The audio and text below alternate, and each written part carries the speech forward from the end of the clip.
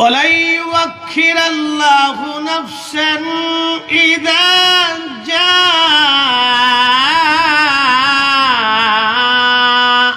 আজালুহা।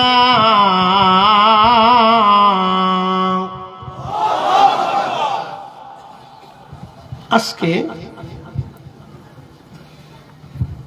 জুমার রাত। পৃথিবীতে যতগুলি দিন আল্লাহ দিয়েছেন, সাইয়্যিদুল আইয়াম, দিনের সর্দার। ইয়াহুদের নিয়েছে শনিবার, খ্রিস্টানরা নিয়েছে রবিবার, আর আল্লাহ আমাদেরকে দিয়েছে শুক্রবার, জুমার দিন। পৃথিবীর কোন উম্মতকে আল্লাহ জুমা দেন নাই, আল্লাহ আমাদেরকে জুমা দিয়েছেন। শুধুমাত্র এই উম্মতকে আল্লাহ জুমা দিয়েছেন। জুমার শুধু একটু ফজিলত বলি। আপনি মসজিদে জুমার নামাজ পড়ার জন্য বাড়ি থেকে গোসল আদি করে পবিত্র হয়ে সুন্দর পোশাক পরে সুগন্ধি মেখে বের হবেন। ধীর স্থিরতার সাথে আপনি মসজিদে ঢুকবেন, আদবের সাথে ইমাম সাহেব হুজুরের কাছাকাছি বসবেন, চেষ্টা করবেন। খুব ধীর স্থিরতার সাথে খুতবা শুনবেন, ধীর স্থির ভাবে নামাজ পড়ে আবার পায়ে হেঁটে হেঁটে বাড়িতে আসবেন।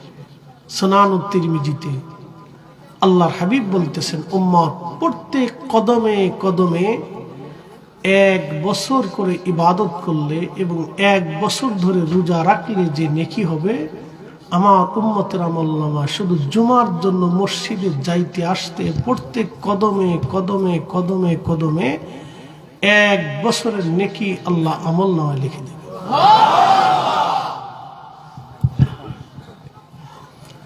আপনার বাড়ি থেকে মসজিদ পর্যন্ত যদি 400 কদম হয় তো 400 বছর, যদি 1000 কদম হয় 1000 বছর, যদি 200 কদম হয় 200 বছর, যদি 500 কদম হয় 500 বছর। জুমা একদিন, কিন্তু সওয়াব হবে 500 বছরের, যে অন্য কোন নবীর উম্মতের ভাগ্যে জুটিই নেই। শুধু আমাদের নবীর উম্মত হওয়ার জন্য আল্লাহ এই মর্যাদা দিয়েছে। উম্মতের যদি এই মর্যাদা হয় তো রাসূলের মর্যাদা কত? ওই নবীর ইজ্জতকে যারা ছোটখাটো করে দেখে, আমরা তাদেরকে কখনোই মেনে নিতে পারবো না। কথা বলেন ঠিক না বেটে?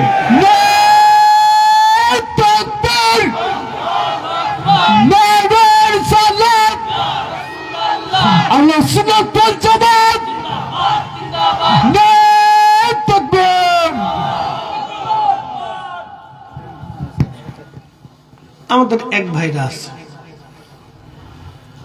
আমিন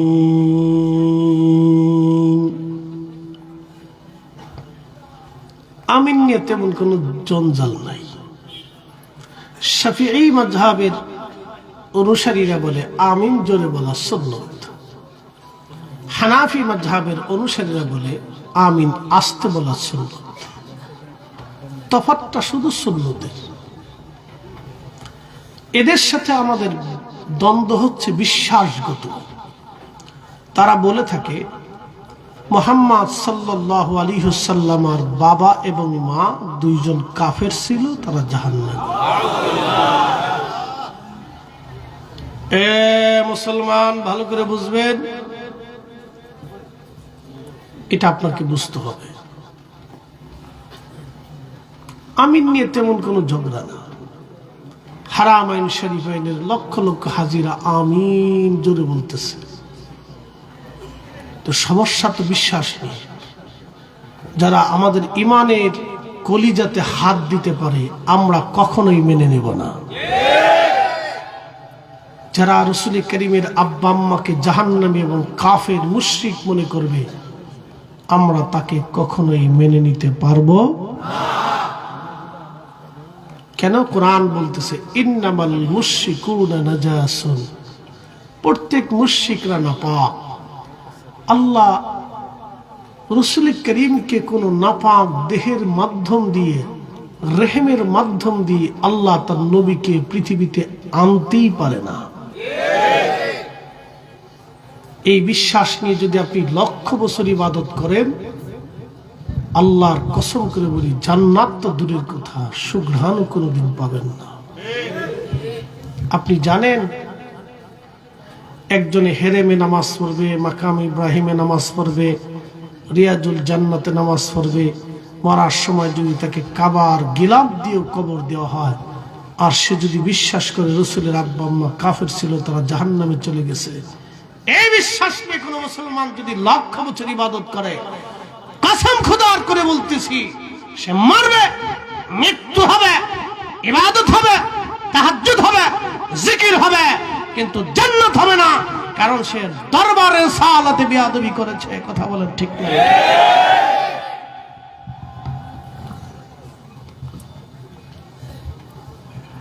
আমার বিষয় দিয়েছেন হাসর। হাসরে চলে যাচ্ছি, কত কঠিন হবে তাদের জন্য হাসরটা একটু বুঝে যাবে।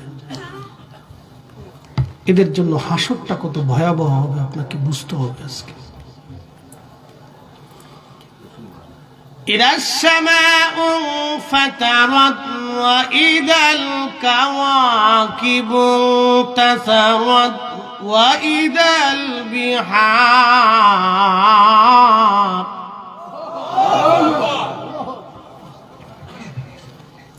ইদাস সামাউ ফাতারাত, আসমান ভেঙে ভেঙে পড়তে থাকবে। আহা, কোথায় পালাবেন সেই দিন? যুবকগুলি বৃদ্ধ হয়ে যাবে, কাঁচা চুলগুলি পেকে যাবে, গর্ভবতী নারীদের গর্ভপাত হয়ে যাবে, কিয়ামতের বিভীষিকা যখন শুরু হবে। পশু পাখি সব, গাছ তরু লতা পাতা সমস্ত প্রাণীকুল একত্রিত হয়ে যাবে, মানুষ বাঘ একসাথে দৌড়াইতে থাকবে বাঁচার জন্য। প্রিয় মৌলভীবাজারবাসী, মাইকের আমার যত দূর পর্যন্ত যাচ্ছে, আজকে জুমার রাত, কথাটা বুঝে যাবেন, কালকে জুমার দিন। আমাদের বোঝা দরকার, জানা দরকার, হাসরের ময়দান। আল্লাহর নবী বললেন, এতই কঠিন হবে হাসরের মাঠ, এতই কঠিন হবে যখন হাসরের মাঠ শুরু হবে, কিয়ামতের বিভীষিকা যখন শুরু হয়ে যাবে। আল্লাহ বলেন, ইদাস সামাউ ফাতারাত, আসমান ভেঙে ভেঙে ভেঙে ভেঙে পড়তে থাকবে। ওয়া ইদাল কাওয়াকিবু তাসারাত, নক্ষত্রগুলি ভেঙে ভেঙে খান খান হয়ে ছড়িয়ে ছিটিয়ে ধ্বনিত পশমের মতো ওরা শুরু করবে। আমরা যে পৃথিবীতে বাস করি, এই পৃথিবীটা 13 লক্ষ পৃথিবী এক জায়গা করলে যত বড় হবে একটা সূর্য তত বড়। আহা, সেই সূর্যটা একটা জগতের মধ্যে বাস করে, এটার নাম মিল্কওয়ে, বাংলায় বলে ছায়াপথ। এই ছায়াপথের মধ্যে নক্ষত্র আছে 10,000 কোটি। এই 10,000 কোটি নক্ষত্রের ভিতরে একটা নক্ষত্রের নাম হচ্ছে ব্ল্যাক হোল, যেটাকে অন্ধকার গহ্বর বলা হয়। বিজ্ঞান বলতেছে, এই অন্ধকার গহ্বরের রাডারের ভিতরে যদি 200 কোটি সূর্য ছেড়ে দেওয়া হয়, মাত্র 2 মিনিটের মধ্যে 200 কোটি সূর্য নিশ্চিহ্ন হয়ে যাবে, কোনোদিন সূর্য খুঁজে পাওয়া যাবে না। এত বড় দানবীয় নক্ষত্র আল্লাহ সৃষ্টি করেছেন। এই নক্ষত্রগুলি ভেঙে ভেঙে ভেঙে ভেঙে পড়তে থাকবে রবের আইনে, আল্লাহর বিধানে এই নক্ষত্রগুলি ভেঙে ভেঙে যাবে। বিজ্ঞান বলতেছে, মিল্কওয়ের মতো পাশে আর একটা মহাবিশ্ব আছে। এই মহাবিশ্বের নাম হচ্ছে গ্যালাক্সি। এই গ্যালাক্সির ভিতরে 10,000 কোটি নক্ষত্র দিয়ে আল্লাহ এই গ্যালাক্সি সাজিয়েছেন। খালি চোখের 40 কোটি নক্ষত্র দেখা যায়। টেলিস্কোপ দিয়ে, দূরবীক্ষণ যন্ত্র দিয়ে আরো অনেক নক্ষত্রমালা আপনি দেখতে পারবেন। আহা, এই মহা সৃষ্টি সেই দিন ভেঙে ভেঙে পড়তে থাকবে। রব্বুল আলামিন বললেন, ওয়া ইদাল বিহারু ফুজ্জিরাত, সমুদ্র উদ্বেলিত হবে, সমুদ্রের সমস্ত পানিগুলি জমিনের উপরে আছাড় মারবে। আপনারা শুনেছেন ইন্দোনেশিয়ার সুনামি, সেই সুনামির কথা আপনাদের মনে আছে কিনা আমাদের জানা নাই। ইন্দোনেশিয়ার সেই সুনামিতে সমুদ্রের নিচে ভূমিকম্প হলো। ভূমিকম্প হওয়ার কারণে সমুদ্র উদ্বেলিত হলো, উঁচু হয়ে গেল সমুদ্রের তলদেশ, আর সমুদ্রের পানিগুলি আছাড় মারল ইন্দোনেশিয়ার বালি দ্বীপে। 2 লক্ষ মানুষ সমুদ্রের পানি ভাসিয়ে নিয়ে চলে গেল। ইন্দোনেশিয়া, মালয়েশিয়া, ভারত, এরপরে আপনি যদি দেখেন থাইল্যান্ড থেকে শুরু করে ইন্দো প্যাসিফিক অঞ্চলগুলিতে, সমুদ্রের দ্বীপ অঞ্চলগুলিতে লক্ষ লক্ষ মানুষ ভাসিয়ে নিয়ে চলে গেল সমুদ্র। যারা সমুদ্রের কিনারে উলঙ্গ হয়ে অর্ধউলঙ্গ হয়ে গোসলে নেমেছিল আনন্দ করার জন্য, আমার আল্লাহ তাদেরকেও ভাসিয়ে নিয়ে চলে গেলেন। মৌলভীবাজারের মানুষ, আল্লাহর কালাম কতই চমৎকার, কতই সুন্দর, কি সুন্দর করে আমার রব জানিয়ে দিলেন। ওয়া ইদাল বিহারু ফুজ্জিরাত ওয়া ইদাল কুবুরু বুসিরাত। ওই সমুদ্র উদ্বেলিত হবে, আকাশ ভেঙে পড়বে, সমুদ্র খান খান হয়ে যাবে, জমিন ফেটে ফেটে বের হতে থাকবে, মানুষগুলি পাগলের মতো পালানোর চেষ্টা করবে। ওই মুহূর্তটা সন্তান মা ভুলে যাবে, মা সন্তান ভুলে যাবে, ভাই ভাইকে ভুলে যাবে, সবাই নিজে বাঁচার জন্য চেষ্টা করতে থাকবে। আমার রব বলে দিলেন, হাবিব উম্মতকে জানান, কুল ইন্নাল মাউতাল্লাযী তাফিরুনা মিনহু ফাইন্নাহু মুলাকীকুম। হুজুর আপনি জানিয়ে দেন, মৃত্যু থেকে আমার উম্মত, আমার বান্দারা পালায়। ও নবী বলে দেন, মৃত্যু থেকে যতই পালানোর চেষ্টা করুক তারা পালাইতে থাকবে, কিন্তু পালাইতে পারবে না। এই মৃত্যু তার সাথে মোলাকাত করবে, এই মরণ তার সাথে দেখা করবে। মৌলভীবাজারবাসী খুব মনোযোগ দিবেন। এ মা বোনেরা, সময় কম, কথা হবে অনেক বেশি। বাজান আমার দিয়েছেন কিয়ামতের বিভীষিকা, বলে দিয়ে যাচ্ছে আজ আপনাদের। এই সময় বৃদ্ধ একেবারে বৃদ্ধ হয়ে যাবে, জোয়ান যারা যুবক থাকবে তারা বৃদ্ধ হয়ে যাবে, চুল দাড়িগুলি ভয়ে পেকে যাবে। কোন নারীর যদি গর্ভে বাচ্চা থাকে, নবীজি বললেন কিয়ামতের এই বিভীষিকায় বাচ্চা বের হয়ে যাবে। কি কঠিন হবে সেই দিন, ভয়ে বাচ্চা বের হয়ে যাবে। সবাই বাচ্চার জন্য পালিয়ে বেড়াইতে থাকবে, কিন্তু পালানোর সুযোগ নাই, পালানোর সুযোগ নাই, পালানোর সুযোগ নাই।